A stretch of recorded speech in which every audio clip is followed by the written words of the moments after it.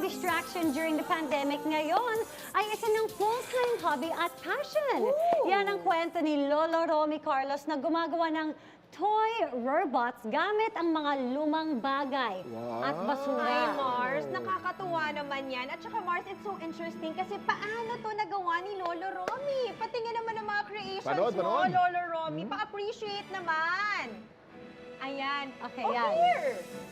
Nakita mo, gumagalaw talaga, Mars. nga. At saka may Christmas ano siya, Santa Claus robot siya. O, diba? cute Ito parang naman. may ulo na galing sa takip ng electric fan. Oo nga, no? Oo nga, Diba? Ang kaya creative, yung Mars. galaw. At saka malaki yan, oh. Ulam ni Lolo Kasi laki ng Romy. kotse, oh. There. Malaki. At eto na po, kilalanin natin ang ating Man of the Hour. Please welcome Lolo Romy Carlos Pascual. Lolo Romy? Hello, Lolo Romy. Good morning. Hello.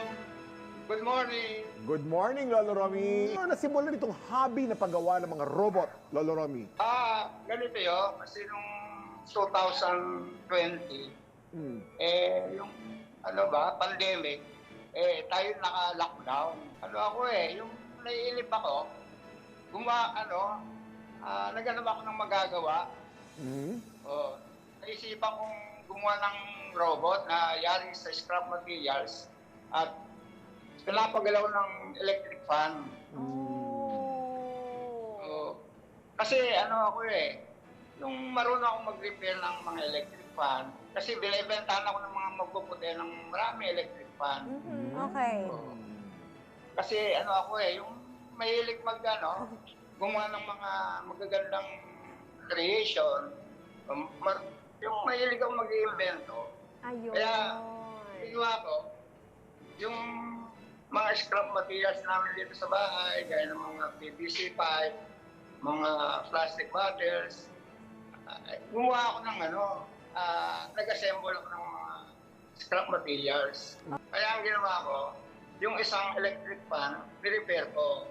Tapos, sa robot ko na yari sa scrap materials, niligay ko yung electric fan. Para Ito po ba, paganahin siya. Ito po ba mga project na to ay binibenta po ninyo, Mang Romy, o tinatago nyo lamang? Nasa dinidisplay ko lang sa harapan ng bahay ko. Parang natutuwa ako kasi maraming mga bata natutuwa. Oo. Lalo na sa gabi, maliwanag, nag-picture-picture sila. Natutuwa naman ako kasi, alam mo, matanda na ako. Yun lang alibang ako na gumawa ng magagandang gawa ba. Kasi marami ako libangan eh. Ang mga robot nyo raw, Mang Romy, may mga pangalan. Kanino nyo po pinangalan yung mga robot po ninyo? Ay, yung unang ginawa ko, yung tatlo, pinangalan ko sa tatlong apo ko, si Cocobot, si Camilbot, at saka Chunobot. Yung tatlong apo ko. Parang robot din po ang pangalan ng mga apo nyo. Kasi kanila dinagtungan niya ng bot. Camilbot, Oo Cocobot. nga naman. Yan. Akala ko yung tunay na pangalan. Kuya! Yung isa, kapangalan ni Camille, kaya Camilbot. Mars, Gusto mo ka na lang. Lisa. Kapangalan ko yung apo ni Yes, Lolo Mars. Wala pong iabot. Wala kayong iabot. Walang iabot. Is this something that you would want to take on another level? Balak niyo po ba itong gawing negosyo? Or sadyang magiging hobby na lang ba ito na gusto niyong ma-appreciate ng karamihan? Lang naman libangan lang. Kasi siyempre matanda na ako. Yung libangan, hobby ko lang. Kasi pagka wala akong ginagawa, gumagawa ko ng libangan ko. Yun. Ano pong nararamdaman niyo, Lo, na na-appreciate ng maraming tao Oo, yung lalo gawa na niyo? yung mga bata.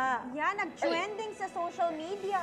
Natutuwa ako kasi siyempre, nalaman yung talent ko at na-riddle ako.